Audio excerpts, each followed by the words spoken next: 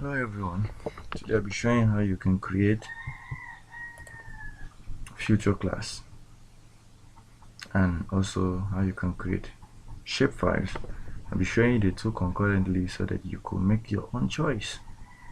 Like me, I'll tell you my own later when I'm on it. So let's say I'm working on any area which I have all the folders listed right here, and let's say I'm working on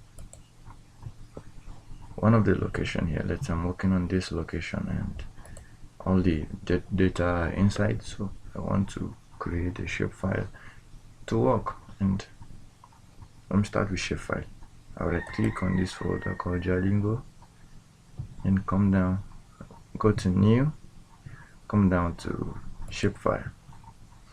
I write down the shapefile name, building is a polygon feature. Then right on the coordinate system here, it's a unknown coordinate system. So I'll edit it so that it can become a known coordinate system. We have two coordinate system. We have the projected coordinate system and the geographic coordinate system. So if you're using, like I'm using the projected coordinate system on the UTM, a universal traverse Mercator. So I'll click, then I will come down to UTM, Africa, then MENA. It's already up. So MENA 32. Okay, then I'll go next. Then the coordinate system is no longer unknown. It's now a projected coordinate system. Now, okay, and it's created. There's nothing inside. You can come to the geography here, the table to open up. This is how it's looking like. Come back to geography. That's if there's a map in it or anything, to now review the map. Okay, now let's create a geodatabase. Then we'll create a future class, because geodatabase, like, it's, let me say, it's a room containing all the other ones. Even the shapefile, I can convert shapefile to a future class, but I don't know whether you can convert a future class to shapefile. That I don't know. Alright, let's get on it.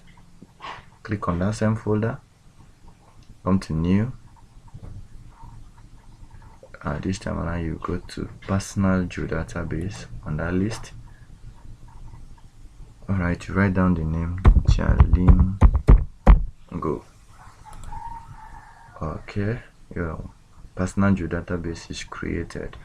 So to create a future class, you right click on that geodatabase you just created, go to new, now go to future class, then type in you want to do building.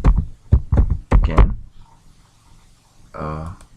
building is a polygon feature, which we already know. My coordinate system is already on. I put it as favorite because that's what I use frequently. So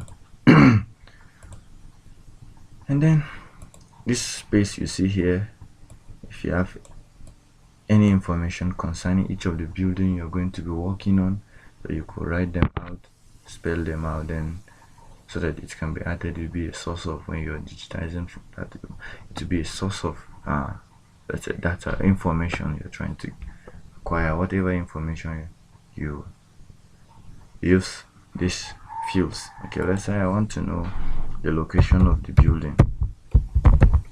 Location, the text, maybe the state in which building, things like that. Any information you want to, when you're done you can say finish. It's inside. Now you can go more and more. Okay, like road, let's say let's create a future class for road. New future class, road is a line feature, and go, yeah, Then let's say I want to classify the road. So it's a road classes, use underscore road classes or class, anyone. And here you use short integer. Then you finish it up. Now to classify the road, you right click on the road feature class you've just created, go to the properties, then go to subtype. You see on your properties, you see subtype. If it's not in there, just navigate there, then you subtype field. It's none, but you just turn it to the one you created there. So now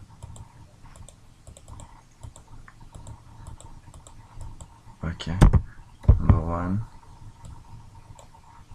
I've discovered that the image I'm working on has expressway, so I want expressway on my list of classes of road. 2, major road.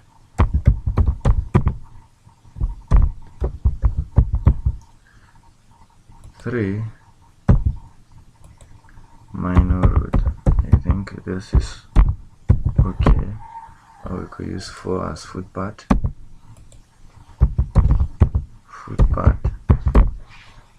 and then apply it. Okay, so you've classified them already. So let's create another one with the point future as usual. Let's say we're creating hospital.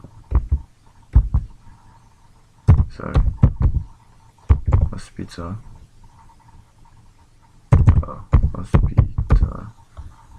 The point future is select point. You want to know the hospital name, for example, name of hospital text.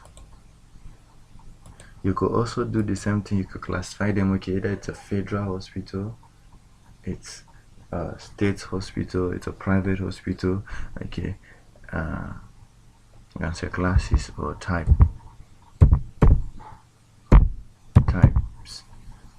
Then you still go on short integer. You want to know that this hospital is a federal hospital, it's a state hospital, it's a local government, it's a primary health care, things like that. Put it on short integer, and then okay, you could say okay, the location, which state, which locality is the hospital located, text.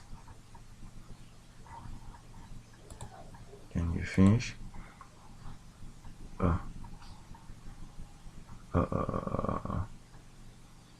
I'm supposed to use an underscore. Okay, I didn't use an underscore, that's why it's misbehaving. An underscore of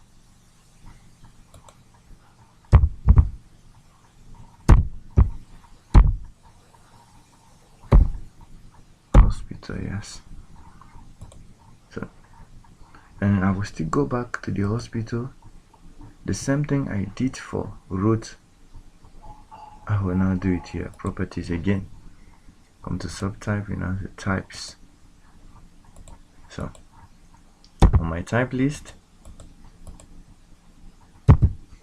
I want to know, that's on my number 1.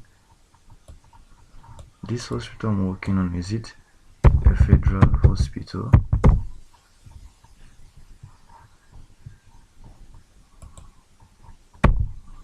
Is it a state? Is it primary? Is it number 3? Is it private?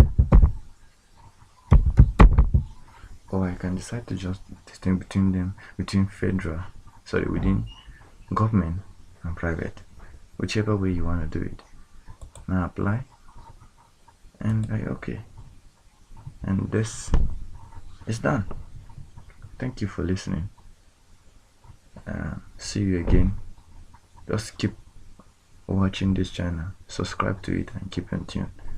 Thank you very much.